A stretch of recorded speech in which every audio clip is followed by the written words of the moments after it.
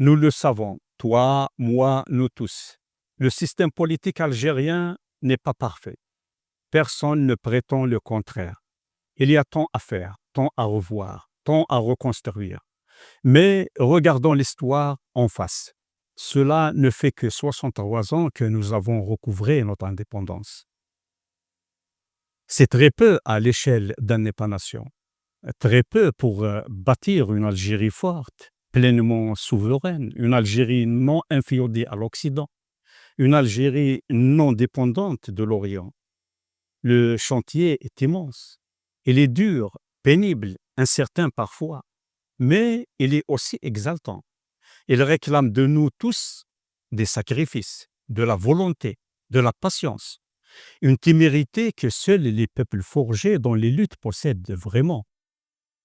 Et nous, peuple algérien, nous savons ce que cela signifie. Nous n'avons pas appris la liberté dans les livres.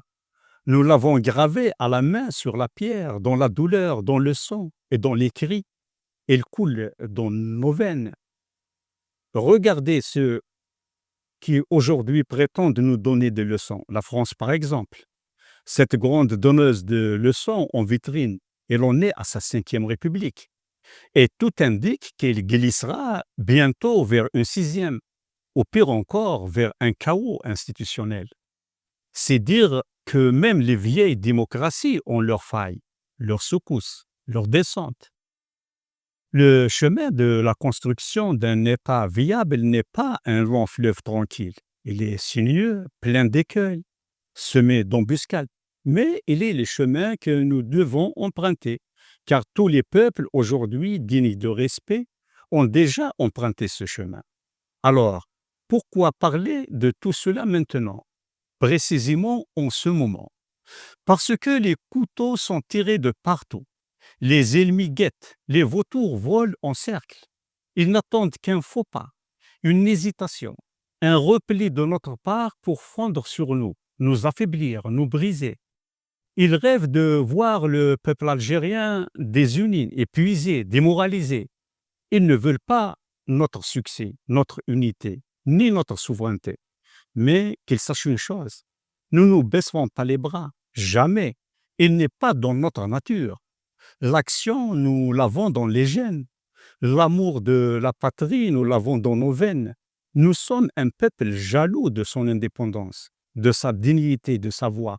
Une voix que nos ancêtres ont su préserver, défendre, faire résonner sur nos montagnes, nos plaines, nos rivages, nos collines, nos hauts plateaux, jusqu'aux confins de notre désert.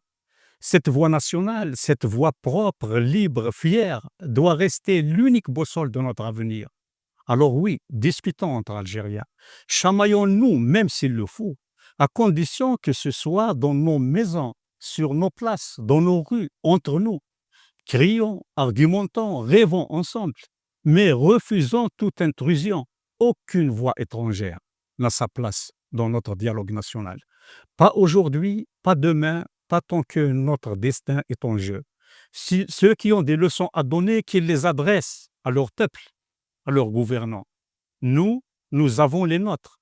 Nous avons nos intellectuels, nos militants, nos femmes et hommes courageux, nos enseignants, nos journalistes, nos artistes. Ce sont eux qui doivent penser notre futur, tracer notre chemin, bâtir notre projet. On n'a pas d'Algérie de rechange. On n'a qu'une seule terre, qu'une seule voie, qu'un seul avenir. Et il sera algérien ou il ne le sera pas. À bon entendeur, salut.